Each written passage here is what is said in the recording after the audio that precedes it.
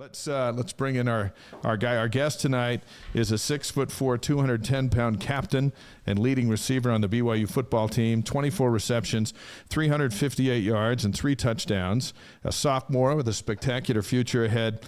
He's been on television more in the last week than any of his teammates. I think I've interviewed him 3 times. Our pleasure to have during the bye week Chase Roberts to the Wise Guys. Welcome. Thank you. Thanks for having me. It's good to have you here, Miranda. We're going to turn that microphone up, and we should be good to go. What was today like without a Tuesday practice? Today was actually a grind. Was it? Yeah. It was like what? We had full pads. We had a 22-period practice, I think. So I know we were going. And unlike what you had, there was a lot of starters on the field. Brian was telling a story about how he was a poor picked on guy, but everyone was out there. We were out there. Yeah, we were out there grinding. Obviously, we got a lot of reps for the younger guys and get them going and getting ready because you never know. Like we were saying, you never know when your name gets called and we need you. So a lot of great reps today, full speed. We had a great practice today, and then tomorrow's going to be another grinder, and then we'll have our little 5 days off to recover. How's it feel to be 4-1 in this first run as a Power 5 program? Oh, it feels awesome. I mean, obviously we'd want to be 5-0, but being 4-1, it's a blessing to have this momentum going forward into the bye week and then up into TCU. So we're blessed. We're excited. How's the feeling of being independent and then now being in a conference? Yeah, it's different. Being independent had its things and perks, and obviously overall wasn't what you really want to be in, but being in a conference is awesome. Yeah. Every game's just it's a battle. They're in your conference, and like we've seen with the West Virginia game, with like everything that every team is good. Yeah, and it's not like all right, this team this week, and then all right, big game this, and then it's every game is a battle. Yeah, and it's such a blessing to go against such great talent every week to week, and then to play for something, right? We're playing for a Big 12 championship, and right now I feel like everyone's in contention for that. So yeah. When you guys were independent, and we all know that you lose one game, it's hard. It's pretty much over, right? Uh-huh. When I played in the Mountain West and we lost a game outside of conference, we didn't care because we still had conference. But when we lost a game in conference, and majority of the time when we did, it was towards the end of the season, mm-hmm. and we knew we were kind of out of the running for it. Yeah, it was very hard, mm-hmm. extremely hard to go to practice the next day, to keep wanting to get better. But with you guys, explain that difference. How you've seen you guys prepare from being independents, losing a game, and then how are you guys now losing against Kansas, but still being in a conference and having something to play for? Yeah, it was hard last year when we lost to Oregon. Kind of that same feeling that you were talking about. You were up number 12 in the country when you went in there. Exactly. Yeah. We were a top 15 team in the nation, and then we lose, and it's like, all right, like they kind of had this bowl game already predicted for us because we lost already. We can't go play for this, national championship that we all wanted. So it was hard, and it was weird hearing all like the different opinions and stuff, and like how the season was going to go. The mindset was just changed for the team, and right now it's different. It's every game like, we got a chance to go out and prove ourselves and show that we belong in this conference, that we're gonna hopefully make it to the Big 12 championship. And so just that, just a little different when it comes to the mindset. Game to game. Did you notice when you took the field Friday night, there were a little more fireworks? It was like 4th of July for a few minutes. Yeah, right as I was running out, I was like, "Whoa, I don't remember like more fire on the field." Which is always a great idea. Just add fire to anything you got. But as you're running out, there's 100 of you running out, and you don't want to trip on the guy behind you. You don't want the guy in front of you or whatever. Yeah. And there's all this stuff going on in a full stadium. Yeah. Describe the rush. No, it was amazing. Honestly, they definitely brought a lot more smoke too. Yeah. In like when we were all together about to run out, so I couldn't see anything. So I was really actually afraid that I was gonna trip over someone, or there was gonna be a little kid running across. But it was cool just seeing the fireworks and everything. I never seen it that grand, I guess, everything. And, right. I was thinking if I was the opposing team, like I'd be like, this place is legit. Right. Like we're playing in like a stadium that's full of fans. That's loud. That's that's got the fireworks going. Like I'd be pretty scared. So does it quiet down for you when you're out there playing? Yeah, it does. Like so some people say they get in the zone and don't hear anything. He's on offense too. The offense is kind of until you catch the ball. Well, yeah. So like it's quiet, like that's touching. By the way, Earl says awesome catch, Chase, and that could be any number of references to your catches. Thank you. But on that catch, you got the 57-yarder. Yeah. Is it just quiet until the ball's in your hand, and as you're heading to the end zone, then the sound comes back in, or what? Yeah. It's quiet, and you're just so focused on the little details of everything. Catching the ball, running, angles, different things like that. It doesn't really like end till obviously you get into the end zone, and then you're like, all right, the crowd, the noise, then it all comes. It's like if someone turns up the volume. Until someone turns up the volume. Wow. Yeah. That's cool. I think playing this sport for so long, it's kind of normal to you, right? It's kind of almost like a part of the game. And when you are on the sideline, like us, right, we experience it a lot because we're not playing, or even when you're on the sideline, if you make a play after a first down or whatever the case is, then it kind of comes up because you're not focused on the little details. But with us at like playing defense, man, especially because it's third down, right, and you're trying to get the crowd hyped, it's different. You still, you're still kind of hearing it, and it's noticeable before because I mean you're reading your keys and whatnot, but then it gets so loud, and especially at Lavelle Edwards Stadium, and I know it was sellout since 2009. I'm assuming 2009 when it was like that was Florida State, which I played in, and that didn't go well. But talk about well, you've only been to Kansas, right? And you've played at other Big 12 venues, prior to this year. And how is the fan base and those venues and those stadiums compared to Lavelle's? Lavelle, yeah. I feel like, with Kansas, nothing compared to Lavelle. I've played at some venues though that are very big and loud, and obviously it's that flip. It's loud on offense now. Yeah. And but honestly, it's the same with your focus and your mentality of it's me and the defender. Right. And looking back and watching film and all the whatever. Highlights, Sports Center stuff, like you realize like, wow, there's a lot of fans there.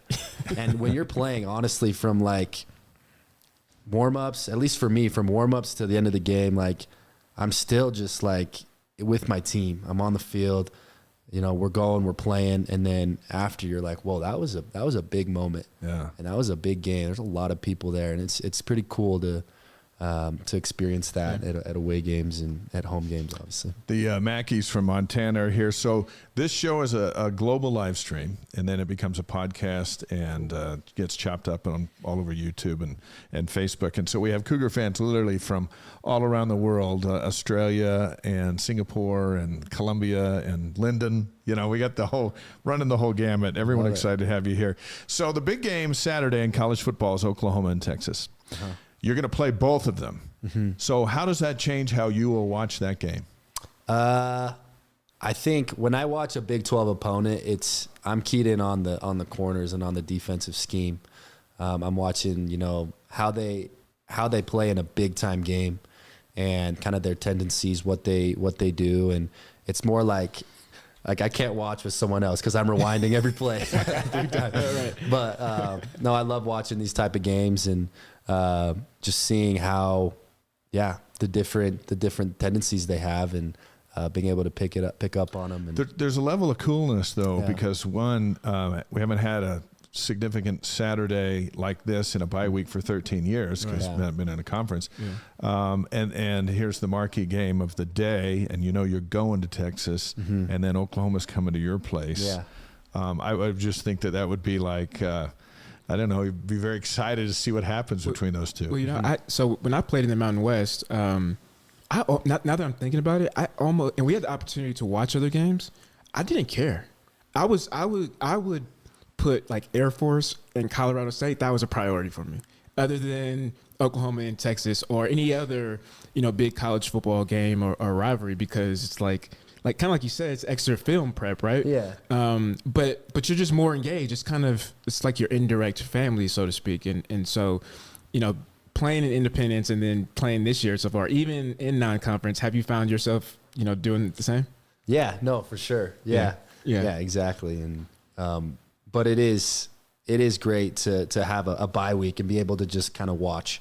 Yeah. I feel like when you have a game, you're obviously just focused on that, and it's hard to really key in on teams that you play and watching other games because you're just so focused on your game. But it's going to be fun to be able to sit down, chill, watch some football, and just take it. We're all watching. Take all day and watch. Weren't we all watching Zach on Sunday night, just hoping for the best? Yes. Get that going. Zach's a stud. He's been a great mentor to me, and I loved what he did the other night. I'm glad you got it's almost like a whole different commentary. Yeah. That's New York. They love you one day and you're the worst the next, and then they're back in love with you. Yeah, that's football. That's life. Yeah. Chase Roberts on the Wise Guys on YouTube, Facebook, Twitch, and ysguys.com. When you left on your mission, we talked about this in our pregame interview the other day, to Calgary, Alberta in 2019, there's no Big 12, there's no NIL, there's no free passage in the transfer portal. The next time you step on the field in 2022, all three are in play, including the invitation to join the Big 12. So what was it like wading through all of that for you? On the mission? Just the fact that you came home and the world's totally different. Yeah. In regards to college football. No, I thought it was great. I think, college football is just going to change. It's going to keep changing. And that's life. You see stuff change and you adapt. And I feel like seeing all this happen, it got me excited. And you just kind of go day by day, take it like it is and go with it. And I think you learn as you go. We still haven't got the full grasp of what we could do with NIL, with all these, like the portal, and just it's been different. But I feel like BYU's done a great job with all aspects of the change, and we've been able to grasp kind of quicker than other teams, the real meaning and how we can make it the most effective. Yeah. I think that's a good point too, as far as being the quickest, because you think about Built Bar, right? Nobody in the nation did anything like that. You heard little NIL deals here and there, but collectively for a brand to come in and say we're helping out, everybody, and so kudos to Kalani for doing that. And I've personally, I'm not playing no more, but I picked up a few NIL deals here and there. They're not NIL deals if you're not a player. I feel like I got robbed. I had like a $73 check in the mail for the NCAA game. So like I feel like I get robbed. So I kind of feel like I should like say NIL just to make myself feel better. Okay, all right. So when it comes to NIL in your experience, how's that been, and what are some of the things that brands have asked you to do so far? Yeah, I think it's been great to see like what Kalani's been trying to do with our team. He's brought in the Royal Blue Collective, which has been awesome for the team. We've had Mark on here a couple of times. Yeah, Mark Comer. Mark's amazing, and I've actually known Mark for a long time, and he's such a great guy. So grateful for the Royal Blue Collective and what they've done with the guys and the walk-ons and taking care of everyone on the team, making sure that we can focus on football and go win games. And that's the real goal right there. Encore has been awesome with some individuals and how getting us deals and helping us out. Yeah. Laying the burden off of us to, they can go find some stuff for us and we can just go play ball. And it's been awesome to work with all these great guys. Deseret First Credit Union has been awesome and helped me out personally a lot. And there's just been a bunch of great mentors as well. Pax has been a huge mentor for me. Josh Jurgensen and his team have been awesome. And not only, helping us out with the money, but also providing us with an opportunity to have a career after football. And I think that's the part that schools forget is you can give this kid a car and a house and whatever, but are you providing this kid a way to be successful after? And sometimes kids get so caught up in the money now and then get screwed over. Sometimes when they don't get what they're promised. Whereas at BYU, it's been awesome to see, hey, here's a mentor. You're going to have an opportunity after football to go and be successful. And here's also some money right now to help you out, focus on football. And we want you to do a few things for us. Do a few things for interviews and things where it fits into your schedule. Exactly. But most of all, go and win games and be an ambassador for BYU, for Jesus Christ, for what we stand for here at BYU. You know, it's I think this summer was really crazy with the transfer. Well, I would say winter. Hearing stories just from all over the nation, and we're all connected in certain different ways and different universities, and we hear a lot of stories. And the biggest thing that I heard was that guys were getting promised NIL deals. They'd transfer, and then a couple months in, they still haven't received it. So you don't have to say any names, but have you heard stories like that from your connections, your relationships around the nation? No, for sure. Yeah, a lot.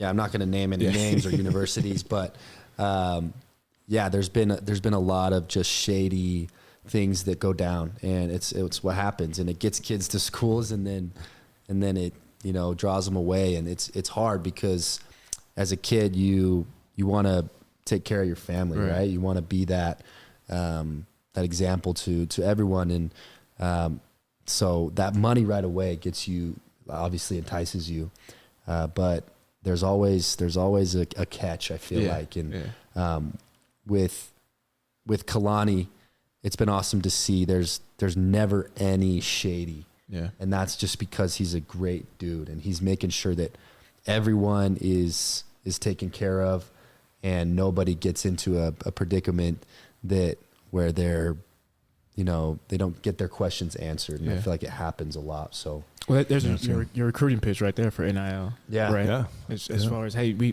do NIL in a way where, you're not being lied to. Things are, transparent. Yeah. And it's a plan for life, as Mark has explained it. Yeah, that's attractive to parents and their kids. Exactly. But mostly to parents. Exactly. But not to, you have a plan for your life. It's very important for you. Yeah. We talk about speaking your life. We mentioned in the game day interview last week that in some ways your church mission was harder than playing college football. Yeah. I doubt anyone clotheslined you on your mission, but that's possible. I went to Texas, and I think we were chased around a little bit. But expound on that for just a moment, because outside of the church culture, a young man or young woman giving up 18 months or 2 years of their life to serve a mission is a foreign concept. Mm-hmm. But you lived it, and it wasn't easy. No, it was very difficult, and I still stand by that. It's more difficult than playing college football. Obviously not in that physical way of getting beat up, but it's the mental side of every day you're devoting your life to the Lord, and you're giving up your own will. And I feel like it's the mental aspect is draining. Every day you wake up at 6:30, you're studying the scriptures for a couple hours, and it's obviously a blessing. But when you go out and get rejected day by day, it's exhausting, and it teaches you so much about how to be a man, because you're with a companion 24/7, and obviously when you get married, you're with a companion, your whole life. Yeah. And it teaches you how to. You're gonna get in fights, you're gonna get in debates, and you're not gonna want to do what they want to do, and you learn how to come together, to love each other, and to be united, and be able to go out and teach the gospel effectively, to have the Spirit with you at all times, and to be able to be effective and do what you want to do. So it teaches you so much about life, and so grateful for it, so grateful for how hard it was, and all that it taught me, and it helps. You can ask any football player that served a mission that it's made us better football players. I never heard the breakdown in that perspective that way. I've been a part of the program since 2009. And the way that you frame that, as far as, teaching you how to be a man, and the comparison with having a partner and then having a wife. I want to know my oldest is 12 and I'm not LDS and he's not either. But do you have to be LDS to serve a mission? Because I would like for him to go. Yeah, but there's ways we can take care of that. Below. I'm just thinking as a father, I'm like, man, that's a great opportunity. You get somebody outside of their self for 2 years or 18 months or even if it's a week, and they see life differently. And here's why I love how we do it is we leave at 18 years old. And that's a point in your life where you need to become a man. And if it was all about getting people baptized, then they would send these 30-year-old scholars that know the Book of Mormon Bible in and out and send them to go teach, right? And go convert people. But they're sending 18-year-old kids that have no idea that some of them haven't even read the Book of Mormon.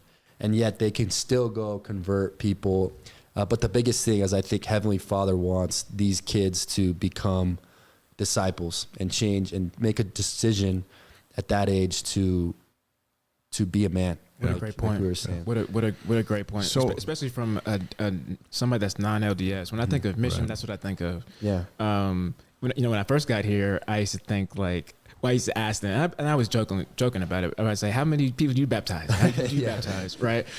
So to frame it that way, I think it probably is an easier decision when you're given that holistic perspective of what you're going to be gaining versus just like dunking people. Yeah. Right. Yeah, it's true. And exactly. and where did you go on your mission? I was in Canada, so the Calgary mission. Okay. So what was harder? Calgary, Alberta. Learning the BYU playbook or learning to speak Tagalog? Yeah, so I spoke Tagalog. So there's a lot of Filipino people there. Yeah.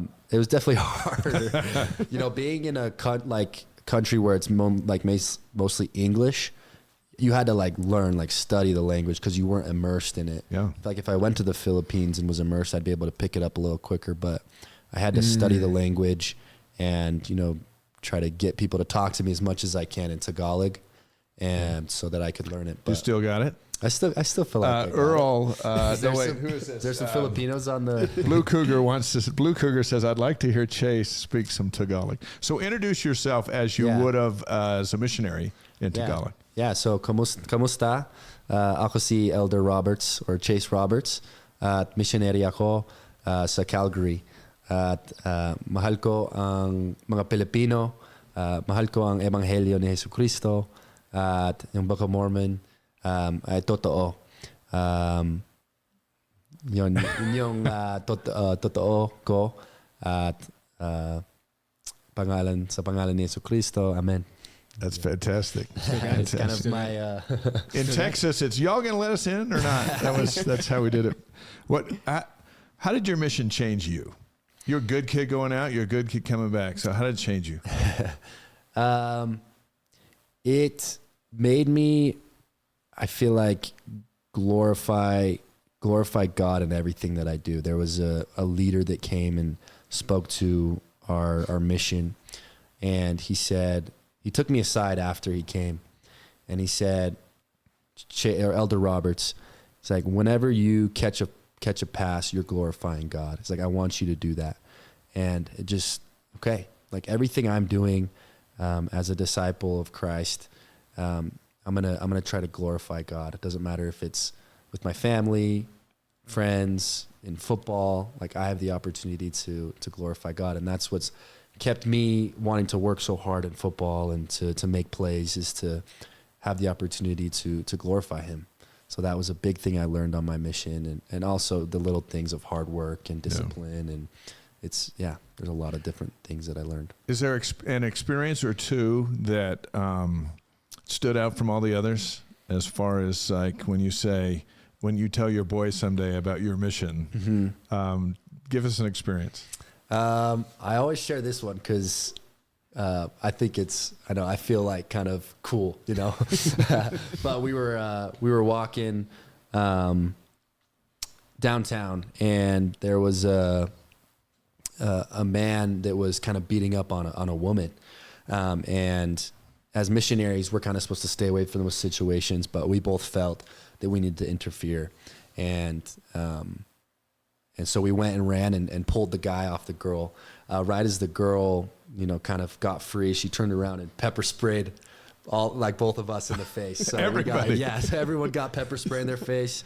But that was a cool moment. That's kind of the one I always think of and share because not only are you sometimes when you think of missionaries, you think you're sitting and teaching and it's kind of boring, whatever. But you're getting put in positions where sometimes it's dangerous, sometimes it's like rough, and I think that was a moment that was cool, knowing that we have the spirit and the light as missionaries, but that we can also be like heroes for other people. Yeah. Now, there are stories that you tell your mother and there are stories you tell your brothers. Yeah. Was that a story that you told your mother or you told your brothers? Yeah, I definitely kept that one away from my mom until I got home, but no, definitely told my brother. Well, speaking of cool stories and being cool, I would say that you're big man on campus, and that's pretty cool. I think a lot of people see you as cool. I remember when we were playing good, meaning beating ranked teams, it was nice to walk around and be noticed and not have to go to class and not have to do homework. I'm not saying that's you, but how's that experience been? And from a social perspective, being on campus and then being at Walmart or Target. Oh, I'm sorry. I don't know if I'm supposed to name names. You can say whatever you want. Well, they got to pay money for me. I'm just playing. I'm playing. But when you're out social locally, and then on campus as well with the success you've had, how's that been? It's been fun. Yeah, it's been awesome to see the little kids. And I think that's the biggest thing. It makes me happy to see kids. Hey, Chase Roberts, you caught that ball. Like, I want to be like you someday. And it motivates me to want to be a better human and to be a light to these little kids, to take pictures with them. And hopefully one day, when they come with a decision to serve a mission, to do things that are big decisions in their life, that they'll be like, oh, I remember, Chase did that. Yeah. And I want to be like him. So that's a real pleasure and a real blessing to me to see these kids want to be like me and some of the players on the team, and what a great place to do that at BYU, and it's been a blessing. Kids don't forget that. I remember as a 12-year-old ball boy when Danny Ainge was here, and he was always nice to me. Yeah. And we talk about it all the time. Exactly. Even all these years later, you just remember they get it. You don't get a chance to, kids stay after the game and hope you come by and give them a high five along with the rest of the team. And that's their memory of the game. Yeah. And you might be thinking of the one that got away, of the 4 you caught. One might have bounced this way or that, but to a kid, it's like, or you get one of your gloves or whatever. Yeah. It's just different. But let's go to a different demographic where you seem to be hitting the home run with as well. So last week on Kalani Sitake's football show, once word got out that you were the guest, all of a sudden the room filled up. As I'm told, they were filled up mostly with young women. And after the show, they all stayed, hoping to meet you after, and you were on your way out the back door with the coach, like a rock star, and Kalani said, I think you should go back in there. Yeah. So you go back in there and visit with them. What is that like? It's not the little kids, it's the kids who want to hang out with you for a long time. What's that like for you? No, I mean, it's fun, like it is, and it's just fun. I don't know how to really explain, but it's great. Just like with the little kids, just being a good dude and being able to be a light in their lives. And do you have a girlfriend right now? I don't. Okay. No. Okay. I was just wondering. You're a little bit slow in your responses. That was really good for our ratings. No, maybe he's trying to. No, I just it's the football season right now. It's kind of you're focused. So let's say it's been hard to, let's say you're interviewing for The Bachelor. Okay. What would be a typical fun date with Chase Roberts? How would that go down? Ooh, do I have to go extraordinary? Just kind of what I usually just what you do. What's a fun date? Yeah. And I promise you, there's like a bazillion people taking notes right now. Absolutely. No, I'm very low key and not. Yeah, I'm not super. Spend all this money and make it super cutesy, and there's times obviously for that, and but I love just getting to talk to people, like being in a situation where you can just chill and talk, ice cream, go to a fun little farmer's market, walk around, get to know the person, and those are my favorite, just because I like talking, I like getting to know people, and it's fun when you can connect with someone. And so what are the top 3 qualities in a girl that you look for? Just play. You don't have to answer that at all. I do know from being on the team, this is 2009, 2010, that a lot of the guys that didn't play and weren't in the spotlight, they would always say, man, like, I'm so okay, jokingly, kind of, sort of, we would see our teammates with their wives, and we'd be like, how in the world? Like, this doesn't make any sense. Or what about their kids? A couple of kids show up.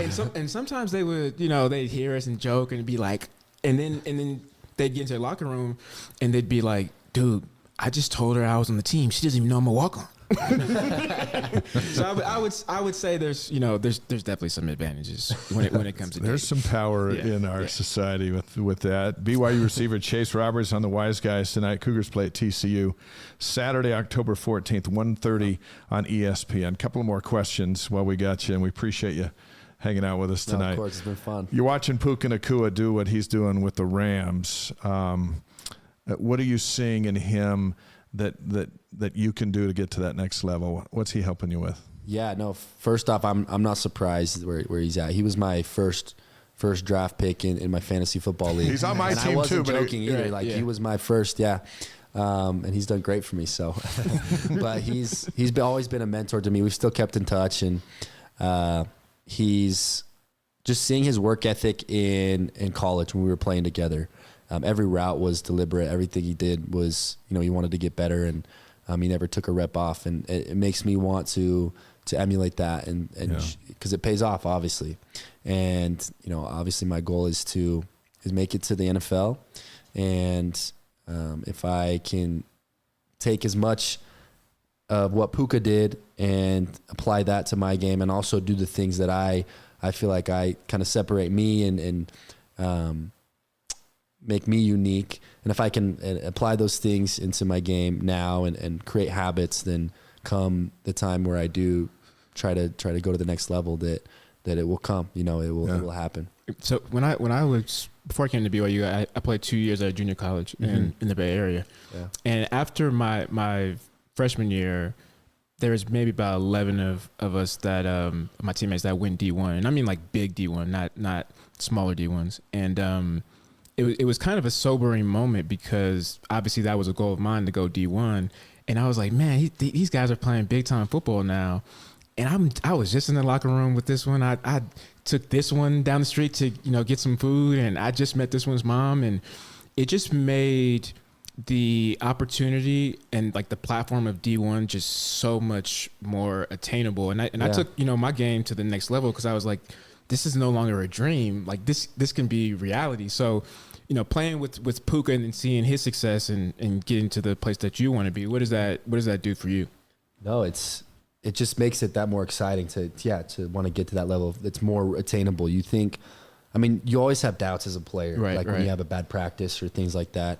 But when you see people succeed that you've played with, that you've ran routes with, mesh concepts, like you've done stuff together, and you've learned from them, and you can emulate them, that, I feel just as more confident to make it to that level and to be where Puka can be, and hopefully perform like he does. It's fun. It's fun awesome. seeing a smile on your face. That gives me goosebumps, because it's real, right? It's attainable. It's not right so there. Far off. Yeah. Well, look, Puka made plays, and you're making plays. Yeah. Thank you. Let's talk about 3 plays. The ABCs, we actually teased on social media today, the ABCs of Chase Roberts' favorite plays. The Arkansas one-handed catch, the Baylor touchdown just before halftime last year, or C, the Cincinnati 59-yarder for a touchdown. Which is your favorite? I think that first catch I had as a freshman, first home game I've ever played in. at Lavelle, and having that catch right before half was pretty special. You know, it started to give me the confidence that I can perform it at the D1 level, and kind of started everything going forward. So that's my favorite. That one trumps the one-hander. It does. Wow. Yeah, no, okay. It does. Yeah. And Because your first? Yeah, it was my first. Yeah, it was my first. You always remember your first. And it was a phenomenal catch Thank that you. only you and the back linesman knew were in bounds. The rest of us were like, let's see the video. Like, no, but no. It was a game changer. All three of these touchdowns that we mentioned, you know, you have more than that, but these were game changers.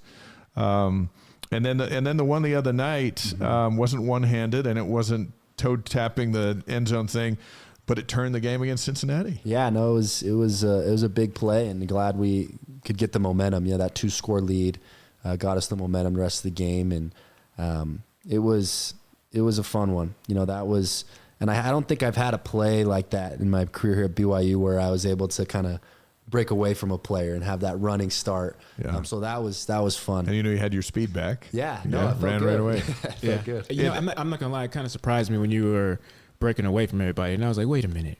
Wait a minute. Yeah, I was like, I knew you were fast, but I mean, you faster than everybody out there. I mean, it wasn't even close at all. Well, in our interview piece, which I think you can still see on BYUtv.org and the BYU TV app, we told a story of a little kid, Sam Bednar, who's the grandson of Elder Bednar, playing catch with his dad, and came up and asked him to throw it over his head so we could do a one-hander. And then we finished. I asked you if you had another Chase Roberts. He calls it the Chase Roberts. If you were going to do another Chase Roberts in the Cincinnati game, you said you hope so, and then you did. There you go. Another one where you're just like, that just happened. So, you know, you got a week to get ready to do another one. Yeah, there you go. Against TCU. And the more Chase Roberts you do in college, the more Chase Roberts you get to do in the NFL. That's right. Yeah. So let's keep doing some. That's cool. Absolutely. So, like Dave said, TCU up next. You have Texas Tech, then you have Texas. So Dave actually calls this the Texas Swing, the month of October. Yeah. Yeah, we've never had one like that. Never. It's Yeah. gone. So you know, knowing, you know, these schools were getting further into conference play, and I mean these are brand name schools, right? What are some of the keys to success? You know, when it comes to moving or getting through October, you know, in a successful way. Yeah, this is the middle. Yeah, this is the middle part. This is kind of the grind of the season. We always say with football games that if you win the middle 8 minutes, you know, the end of the end of the second quarter, and then the start of the third, then you've won the game.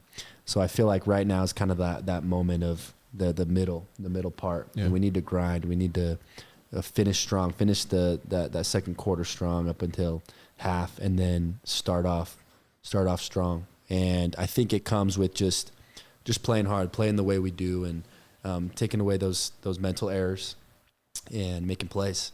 And I think what we've done really well thus far is making those big plays and big moments. And if we do that, if we stick with that, then we'll win we'll win games in this, you know, middle stretch. All right.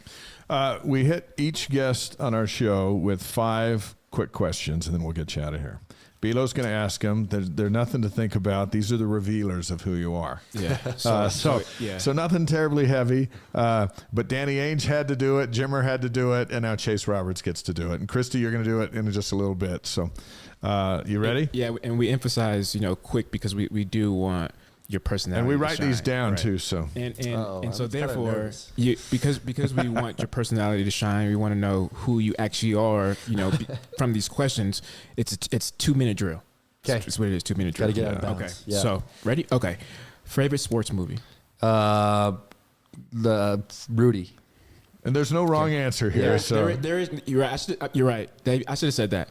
We don't judge. We just pray. Let me tell you about Rudy. So the guy who played this show was made about. So we met him at the Notre Dame game years ago back in Indiana. And on that flight over, he had some LDS friends from Vegas, and they flew him over. The night before, he was with the missionaries, and Steve Cleveland, who used to be the basketball coach at BYU, was the mission president. Mm-hmm. So he goes in and he meets the missionaries and gets this wonderful experience. And then we had him on our pregame show from South Bend and got to know a few of us. And then he went back with his Vegas friends and took the discussions, joined the church. And the next time he and I were together, we were both speaking at a thing in Salt Lake City, and he's telling his conversion story. And so then the next time we played Notre Dame, he had his Irish shirt and he had a BYU shirt underneath. I love that. And so now when I see Rudy, the rest of the story is that Rudy had some great friends who introduced him to the church. He changed his life. Love it. How about that? Okay, so Rudy's number one. Yep, that was your timeout right there. Yeah. So I called the timeout. That's what it. So it's official's timeout. Right. Okay, number 2, favorite singer or band? Ed Sheeran. I like Ed. Favorite breakfast cereal? The peanut butter crunch. Nice. Interesting. Favorite ice cream? Let's do the mint chocolate chip. Okay. And then last one, favorite advice from parents? Yeah, and you can think about this for a second. Okay. Yeah, you have some time. So I always live by, and it's kind of just meaningful just to me, I feel like. I don't know if, well, you can't really say it to anyone else, but remember your last name. And it's something my grandpa actually said to my dad, and then my dad kind of passed on to me, and that's been really meaningful of you're a Roberts. Remember your last name, and it's what I think of when I hear that is all the different attributes of what a Roberts is, and so that's super meaningful to me. It's pretty cool. I think that was the fastest. That was with the most highest quality of responses. Remember your last name. We'll also forward that onto the NFL scouts to remember your last name. There you go. Yeah. Down the road. Chase Roberts is here with us on the Wise Guys. Thanks so much. Yeah. We kind of thought this would be a day off, and after you told us you went through 22 workstations. I know. Yeah. No, Wow. it was a grind. A grinder again tomorrow, and then you get some time. Enjoy the preview of Oklahoma, Texas. Let's see, TCU, Texas Tech. They're all playing on Saturday, and you're not, so you can relax. And then we'll see you back out on the field next week. But thank you for being here. We're proud of you. Thanks for having me. It's fun. We will remember that last name, the Roberts name, Chase Roberts. Our next week, Riley Nelson will be with us, former Cougar quarterback. Brian McKenzie. On October 17th, he's got one boy on the team and another one's joining after his mission, the McKenzie brothers. Brandon Doman, Wally Joyner are going to be with us on October 24th. So that's what we got coming up on the Wise Guys. Okay, you can just get up and walk out. Awesome. We appreciate you being here. Appreciate it. And we thank you for coming to our undisclosed location. You're going to be able to make it back. Are you still in AF? Yeah. Are you living at home? I'm living in Provo, but my family's all in. Okay, all right. Nice. So you have a short drive home. That's right. Okay, thanks, Chase. All right, Appreciate it. How about that? What Have a good one. what a representative. I'm gonna come to practice tomorrow. Actually, I'm coming. Yeah. What a representative of BYU, Man, Chase Roberts. I'm a fan.